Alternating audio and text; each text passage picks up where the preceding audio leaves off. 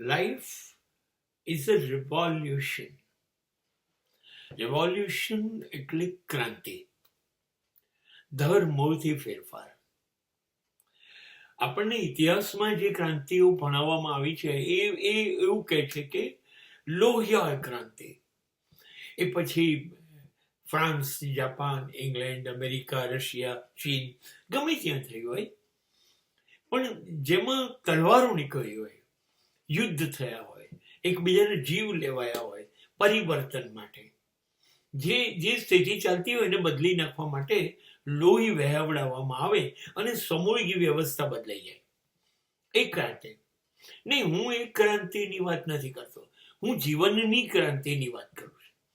જીવનમાં બિલકુલ આ મૂળ પરિવર્તન આવે, જેમ જીવાય છે એ પદ્ધતિ સાવ બદલી નાખવામાં આવે, એને જીવનની ક્રાંતિ કહેવાય.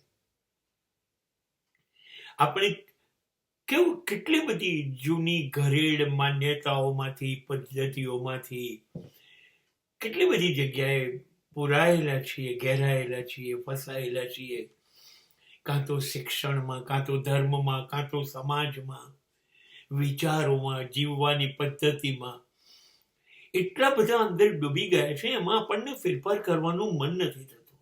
આપણને એવું નથી થતું કે આ ઘરેડમાં વર્ષોથી ચાલીએ છે, આપણે સડી જઈશું, આપણે કોવાઈ જઈશું, આપણે બદલાવાની જરૂર છે. એ આપણા મગજમાં બેસતું નથી અને બહુ જરૂર છે.